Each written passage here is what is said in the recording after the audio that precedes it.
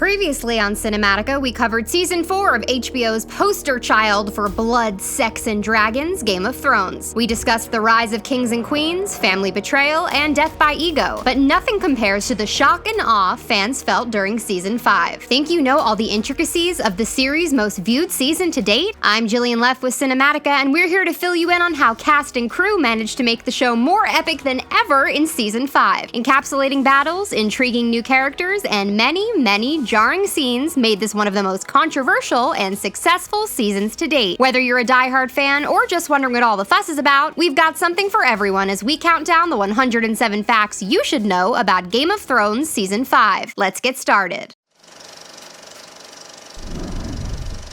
Number 1. On April 8th, 2014, just as Season 4 was starting up and shattering viewership records, HBO greenlit Seasons 5 and 6. Number 2. Unlike previous seasons, Season 5 covered material from 3 books in George R.R. Martin's series: A Storm of Swords, A Feast for Crows, and A Dance with Dragons, as well as some original ideas. Number 3. The crew started filming Season 5 at the end of July 2014, only a month after the Season 4 finale. Number 4. This season had a massive 166 cast members, over 1,000 crew members, and well over 5,000 extras. Number 5. There were more than 86,000 applications submitted from all over the world just for a role as a background extra. Needless to say, people really want to be a part of the series, even if chances are they'd only get a split second of screen time. Number 6. Season 5 was shot in 5 countries: Northern Ireland, Croatia, Iceland, Canada, and a new location to the series, Spain. Number 7. In those 5 countries, the cast and crew utilized a total of 151 sets. That's as many sets as there are original Pokemon. Number 8. While past seasons saw Iceland used for great expeditions north of the Wall, no cast member had to make the trek to the country for Season 5. Instead, only a small crew turned up in the snow-covered national parks to record some landscape shots. Number 9. Since Season 1, the show's creators have wanted to work with Andrew Simpson, an expert in wolf training. His company Instinct Animals for Film has been getting the wild creatures ready for Hollywood for over 2 decades, so it makes sense a show as wildly successful as Game of Thrones would want the best wolves around. Unfortunately for the creators, Andrew was always too busy with other projects to help out. But finally, for Season 5, they got their wish and hired Andrew's wolf Quigley to play Jon Snow's direwolf companion, Ghost. Number 10. The team originally wanted to fly Andrew and Quigley out to Northern Ireland, but decided it was easier just to visit them in Canada to shoot the scenes in Calgary. Number 11. Mahuramore Quarry in County Antrim of Northern Ireland was used for Castle Black in Season 1. Then, in Season 2, the walls of King's Landing were built there for the Battle of Blackwater. And for Season 5, the small fishing village of Hardhome took advantage of the location. Number 12. The cast and crew also made a return to Dubrovnik, Croatia this season, once again having to lug their equipment through the city's narrow medieval streets and up countless stone steps for the scenes in King's Landing. Number 13. One of the harder scenes to watch in Season 5, now there are several, is Cersei's Walk of Penance, which was filmed in the Stradon, which is the main street of Dubrovnik. The team had crawled up those very steps countless times, but had yet to utilize them for any scenes. Number 14. The walk was actually based off of real-life events that happened to King Edward IV's mistress, Jane Shore. For conspiring against the king, Shore was made to walk around town in more or less her underwear in 1483. This is but one of the many events in Game of Thrones in which Martin has based fiction on history. Number 15. However, Cersei wasn't as lucky as Jane and had to perform her walk 100% buck naked. For several reasons, Heidi chose to use a body double named Rebecca Van Cleve for her fully nude shots during the lengthy Walk of Shame. Number 16. North of Dubrovnik lies Split, a location used in previous seasons and again for Season 5. Here, the cellars of Diocletian's palace have been repurposed from marine underground passageways to the dungeon in which Daenerys keeps her dragons bound. Number 17. Still in Croatia but west of Split is a town called Kastel Gomulika, which was used for one of my personal favorite scenes in the entire Game of Thrones. Do you know which one that is? I'll give you a hint. Oysters, clams, and cockles. Number 18. The Alcazar is a royal palace in Seville, Spain, and one of the most visited locations in the country with up to 8,000 tourists per day. The crew stormed the Alcazar during Season 5 and had it represent parts of Dorne, including the Water Gardens and the seat of House Martell, Sunspear. Number 19. Due to the layout of the palace, the crew had to bring bring in cranes and platforms to get equipment to certain locations. I'm sure the crew is used to all this kind of stuff by now. Number 20. Osuna is a town in the province of Seville, Spain, which is home to the Plaza de Toros, a 100-year-old bullfighting ring that's transformed in the Great Pit of Daznak, aka the Fighting Pit of Marine. Number 21. Though only one scene was shot at Osuna's Plaza de Toros, the crew shot there for 12 days. Number 22. To make the pit seem even more grandiose, around 1,000 extras were brought in for the crowd. Then they were digitally multiplied to fill the upper levels of the Colosseum, which were also computer generated. Number 23. For episode 3, the crew shut down the Roman bridge in Cordoba, Spain to shoot scenes for the Long Bridge of Voltanus. Number 24. The layout of Bravos was inspired by Venice, Italy. Well, a crazy rich and powerful Venice, Italy with a statue that puts good old Lady Liberty to shame. Number 25. All in all, there were 120 days of filming for season 5. That's 120 days per crew, so using that handy thing we call mathematics, shame,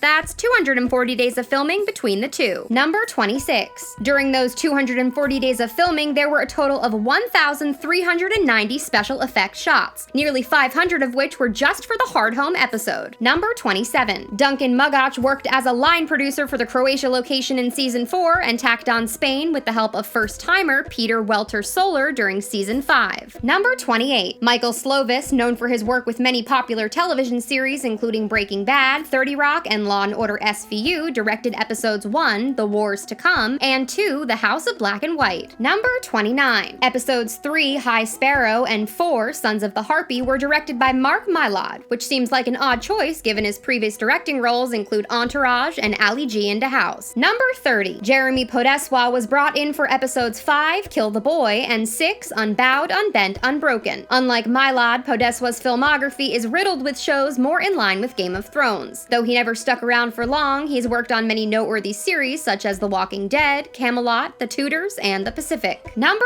31. Miguel Sapochnik took on episode 7, The Gift, and 8, Hardhome. Having previously worked on Repo Men, Fringe, and Under the Dome, Sapochnik has definitely spent some time with action-packed dramas. Number 32. The only director returning from past seasons of Game of Thrones is David Nutter, who directed the final 2 episodes of season 5, A Dance of Dragons, and Mother's Mercy. If you know how these last 2 episodes go down, you know they're quite shocking, but this isn't the first time Nutter has surprised us. He was also the director behind the episode titled The Reigns of Castamere, aka the Red Wedding episode. Number 33. Show creators and executive producers David Benioff and D.B. Weiss returned to the series, but for the first time since season 2, they did not step in to direct any episodes. Number 34. The magnificent duo did, however, continue their trend of writing a majority of the episodes. Number 35. Everyone knows that Martin has written a single episode for each of the previous Game of Thrones seasons, but the legendary storyteller opted to stand aside for season 5 in order to focus on his next book, titled The Winds of Winter. Number 36. Episode 4, The Sons of Harpy, was written by Dave Hill. It's his first episode, but not his first time dealing with the Game of Thrones world. Hill began as Benioff and Weiss's assistant. Number 37. Brian Cogman makes a return to the series, this time as both a producer and a writer. Number 38. Peter Dinklage was the only actor to get a perfect score in season 5, appearing as the one and only Tyrion Lannister in all 10 episodes. Number 39. Mr. Peter Dinklage took home another Emmy in 2015 for Outstanding Supporting Actor in a Drama Series, which marked his 5th time being nominated for that category since the show began. Number 40. Game of Thrones Season 5 actually made history at the 2015 Primetime Emmy Awards, taking home a total of 12 of the coveted golden statues. Number 41. Daenerys, Cersei, Melisandre, and Marjorie all wear wigs made of human hair, which can cost upward to $7,000 each. Number 42. No exact price per episode has ever been discussed for season 5. Previously, it was estimated that the average cost was about $6 million, but it was recently reported that episodes in season 6 were average of $10 million. Based on that, assuming the price did go up from season 3 and 4, the price per episode for season 5 would be around $8 million. Number 43. Let's bust through some new characters, shall we? We'll start with Oberyn Sand, the oldest bastard child of Oberyn Martell and member of the Sand Snakes. This spear-wielding badass is played by Oscar-nominated actress Keisha Castle-Hughes, whose role in the 2000 film Whale Rider earned her some serious recognition at the age of 12. Number 44. Nymeria Nym Sand is the second of 8 bastards of Oberyn's and a master of bullwhip combat. She's played by Jessica Henwick, whom you may not recognize, but she actually played X-Wing fighter pilot Just Pava, aka Tester, Lannister in Star Wars The Force Awakens. Number 45. Actress Rosabelle Laurenti-Sellers, who was once cast as Anne Frank, takes on the role of the last of the Sand Snakes introduced in Season 5, the sneaky Tyene Sand, whose skill with daggers is matched by her knowledge of poison. Number 46. Taking Amy Richardson's place as the secret daughter of Cersei and Jaime Lannister is young actress Nell Tiger Free. Number 47. A few days after the recasting announcement at San Diego Comic-Con 2014, ex-Marcella Amy Richardson posted a comical vine which had her sitting on the streets holding a Princess for Hire sign. Don't worry, Amy, the role didn't last long without you.